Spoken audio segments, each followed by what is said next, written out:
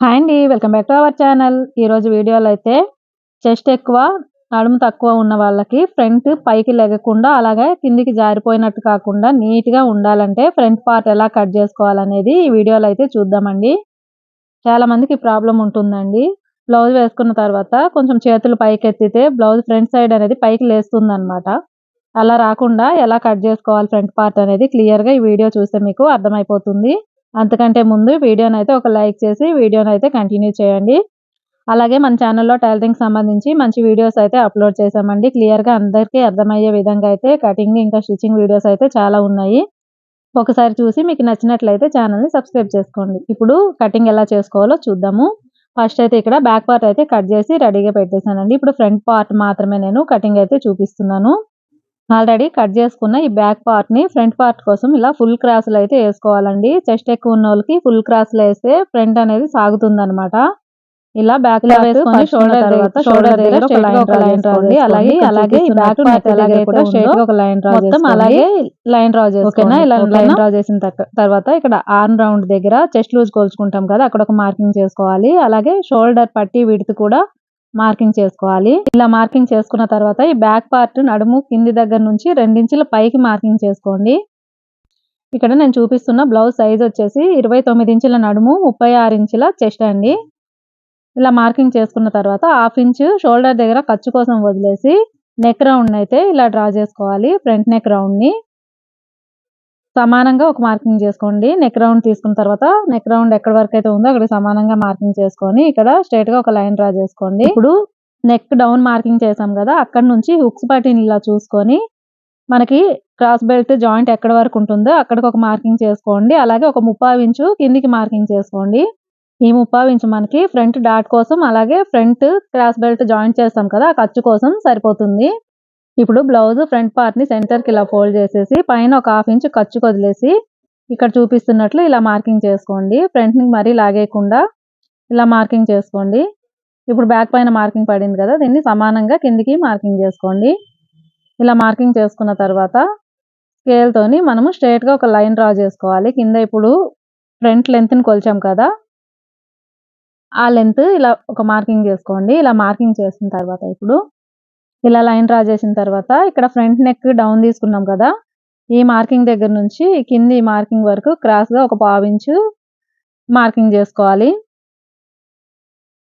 ఇలా మార్కింగ్ చేసుకున్న తర్వాత ఈ బ్యాక్ పార్ట్ ఆర్మ్ రౌండ్ ఎలాగైతే ఉందో సేమ్ అలాగే ఇక్కడ ఫ్రంట్ పార్ట్‌కి కూడా కట్ చేసేయండి. ఇక్కడ మార్కింగ్ ఏం చేయకుండా డైరెక్ట్‌గా ఆర్మ్ రౌండ్‌ని అయితే కట్ చేసేస్తున్నాము. అలాగే షోల్డర్ పట్టీని కూడా ఇక్కడ నుంచి స్ట్రెయిట్‌గా కట్ చేసేసేయండి.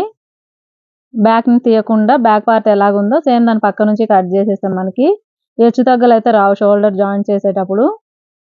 అందుకని ఇలా కట్ చేసుకుంటే నీట్‌గా వస్తుందనమాట. కుట్టేటప్పుడు ఎక్కువ తక్కువ రాకుండా. ఇప్పుడు ఇక్కడ వరకు కట్ చేసుకున్నాం కదా! ఇప్పుడు ఫ్రంట్ నెక్ రౌండ్ షేప్‌ని డ్రా చేసుకోవాలండి. ఫ్రంట్ నెక్ రౌండ్ షేప్‌ని డ్రా చేసుకున్న తర్వాత సేమ్ ఇలాగే ఈ బ్యాక్ పార్ట్ తీయకుండా దీని పక్క నుంచి కట్ చేసుకుంటే మనకి నీట్‌గా వచ్చేస్తుంది. ఇక్కడ రౌండ్ షేప్‌ని డ్రా చేయడానికి ఆర్మ్ స్కేల్ అయితే యూజ్ చేస్తున్నామండి. ఇక్కడ రౌండ్ షేప్‌ని యార్న్ స్కేల్‌తోని రౌండ్ షేప్‌ని డ్రా చేసుకొని బ్యాక్ పార్ట్‌ని తీసేసి ఇక్కడ నుంచి మనం స్ట్రెయిట్‌గా ఆల్రెడీ మనకి మార్కింగ్ కనిపిస్తుంది కదా! ఈ మార్కింగ్ దగ్గర నుంచి కట్ చేసుకుంటే సరిపోతుందండి. ఇప్పుడు ఫ్రంట్ సెంటర్ డాట్ కోసం ఇక్కడ నుంచి 3 ఇంచులకు ఒక మార్కింగ్ చేసుకోండి. ఈ మార్కింగ్ నుంచి 1 ఇంచుకి ఒక మార్కింగ్, ఇంకొక ఇంచుకి ఒక మార్కింగ్ అంటే మనకి ఇది 2 ఇంచుల డాట్ వస్తుందన్నమాట. ఇలా డాట్ మార్కింగ్ చేసిన తర్వాత ఇక్కడ నుంచి క్రాస్‌గా స్కేల్‌తోని ఇలా ఒక మార్కింగ్ చేసుకోండి. అలాగే ఇక్కడ నుంచి మనం 2 ఇంచులకి మార్కింగ్ చేసాం కదా! కింది నుంచి 2 ఇంచులకి ఆ మార్కింగ్‌లని కలుపుకొని ఇలా స్ట్రెయిట్‌గా ఒక లైన్ డ్రా చేసుకోవాలి. ఇప్పుడు ఇలా మార్కింగ్ చేసుకున్న తర్వాత ఇక్కడ మనం నడుము లూజ్‌నైతే కొలుచుకోవాలండి. ఇక్కడ నుంచి 3 ఇంచుల వరకు ఇక్కడికొచ్చింది కదా! ఇప్పుడు 3 ఇంచుల దగ్గరికి ఈ మార్కింగ్ దగ్గరికి టేప్ పెట్టేసి ఇక్కడ నుంచి 7.5 ఇంచులకి మార్కింగ్ చేసుకోండి. 29 ఇంచుల్లో 4వ భాగం వచ్చేసి 7.5 ఇంచులు వస్తుంది. 7.5 ఇంచులకి ఒక మార్కింగ్ చేసుకొని ఇక్కడ నుంచి సైడ్ ఖర్చు కోసం 2 ఇంచులు మార్క్ చేసుకోండి. ఇక్కడ 7.5 ఇంచులకి మార్క్ చేసాం కదా! అది ఇంకా చెస్ట్ మార్కింగ్ ఉంటుంది కదా! చెస్ట్ లూజ్ మార్కింగ్ 2 కలుపుకొని స్ట్రెయిట్‌గా లైన్ డ్రా చేసుకోవాలి. అలాగే సైడ్ 2 ఇంచుల ఖర్చు కోసం స్ట్రెయిట్‌గా లైన్ డ్రా చేసుకోండి మార్కింగ్ చేసుకొని. చూడండి మార్కింగ్ పైనుంచి ఇలా మార్కింగ్ చేసుకుంటే మనకి ఫ్రంట్ షేప్ అనేది ఎలా వచ్చిందని క్లియర్‌గా కనిపిస్తుంది చూడండి. ఫ్రంట్ కొంచెం లోతు దిగినట్టయితే వచ్చింది. ఇలా గనక ఫ్రంట్ షేప్‌ని మార్కింగ్ చేసి కట్ చేసుకుంటే మనకి ఫ్రంట్ అనేది పైకి లెగకుండా నీట్‌గా ఉంటుందండి. అలాగే ఇక్కడ ఆర్మ్ రౌండ్ దగ్గర స్ట్రెయిట్‌గా ఒక లైన్ డ్రా చేసుకొని, ఈ షోల్డర్ పట్టీ దగ్గర నుంచి ఇక్కడ ఒక లైన్ డ్రా చేసుకొని, దీంట్లో అయితే మనం ఫ్రంట్ లోతునైతే కట్ చేసుకోవాలండి. ఇలా మార్కింగ్ చేసుకున్న తర్వాత ఇప్పుడు ఈ ఫ్రంట్ షేప్‌ని ఫస్ట్ కట్ చేసేసి, తర్వాత ఫ్రంట్ లోతు, నెక్స్ట్ వచ్చేసి మనం ఫ్రంట్ డాట్స్ కోసం మార్కింగ్ కూడా ఎలా చేసుకోవాలనేది చూద్దాము. ఇక్కడ ఫ్రంట్ మార్కింగ్ ఎలాగైతే ఉందో ఆ మార్కింగ్స్ పైనుంచి అయితే కట్ చేసేయండి. మనం ఆల్రెడీ ఆర్మ్ రౌండ్ అయితే కట్ చేసేసాము బ్యాక్ పార్ట్‌ని యూజ్ చేసి. ఇలా కట్ చేసుకున్న తర్వాత ఫ్రంట్ పార్ట్ కటింగ్ అయితే అయిపోయిందండి. ఇక్కడ చెస్ట్ దగ్గర చెస్ట్ లూజ్ కోసం ఒక నాచ్ పెట్టుకోవాలి. ఇప్పుడు ఫ్రంట్ లోత్ కోసం అయితే మార్కింగ్ చేసుకోవాలండి. ఈ షోల్డర్ దగ్గర నుంచి లైట్‌గా తీసుకొని ఇక్కడ ఈ రౌండ్ షేప్ దగ్గర ఒక 3/4 ఇంచు లేకపోతే హాఫ్ ఇంచు నుంచి 3/4 ఇంచు వరకు లోతు వచ్చేటట్టు అయితే చూసుకోండి. చూస్తున్నారు కదా, ఇక్కడ చూపిస్తున్నట్లు పైన లైట్‌గా కట్ చేసుకోవాలండి. షోల్డర్ పట్టీ దగ్గర లైట్‌గా తీసుకొని ఇక్కడ ఒక హాఫ్ ఇంచు నుంచి 3/4 ఇంచు వచ్చే వరకు అయితే లోతునైతే తీసుకోవాలి. ఇలా ఫ్రంట్ లోత్ కట్ చేసుకున్న తర్వాత ఇప్పుడు డాట్స్ కోసం అయితే మార్కింగ్ చేసుకోవాలండి. ఇప్పుడు ఈ ఫ్రంట్ పార్ట్‌ని సెంటర్‌కి ఇలా ఫోల్డ్ చేసేసి ఇక్కడ సెంటర్ ఒక డాట్ వస్తుంది కదా, ఆ డాట్ కోసం ఒక నాచ్ ఇలా పెట్టుకోండి. నెక్స్ట్ ఇక్కడ సెంటర్ డాట్ కోసం ఇక్కడ 3 మార్కింగ్‌లు చేసాం కదా, ఈ 3 మార్కింగ్‌ల దగ్గర 3 నాచులు పెట్టుకుంటే మనకి కుట్టేటప్పుడు ఈజీగా ఉంటుందన్నమాట. మనకి మార్కింగ్ అయితే ఒక సైడే కనిపిస్తుంది కాబట్టి ఇలా నాచ్ పెడితే 2 ఫ్రంట్‌లకి వచ్చేస్తుంది. అందుకని ఇలా నాచ్ అయితే పెట్టుకోవాలి. ఇప్పుడు ఇక్కడ నుంచి ఫ్రంట్ డాట్ లెంత్ వచ్చేసి ఖర్చులతో కలుపుకొని 2.5 ఇంచులకు మార్కింగ్ చేసుకోండి. ఇప్పుడు ఈ పైన హాఫ్ ఇంచు ఖర్చులు వదిలేసి ఇక్కడ నుంచి 11 ఇంచుల దగ్గరకు ఒక మార్కింగ్ చేసుకోండి.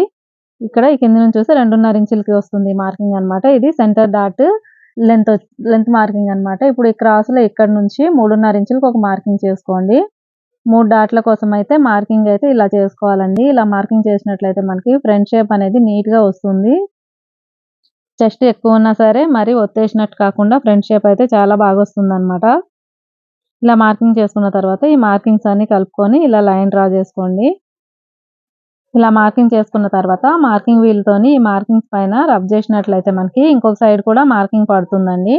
ఫ్రంట్ పార్ట్ కటింగ్ అయితే కంప్లీట్ అయిపోయిందండి. ఈ వీడియో కనుక మీకు నచ్చినట్లయితే వీడియోని లైక్ చేసి షేర్ చేయండి. ఇలాంటి మరిన్ని వీడియోలు చూడాలనుకుంటే ఛానల్‌ని సబ్స్క్రైబ్ చేసి పక్కనే ఉన్న బెల్ ఐకాన్‌ని ప్రెస్ చేయండి. Thank you for watching.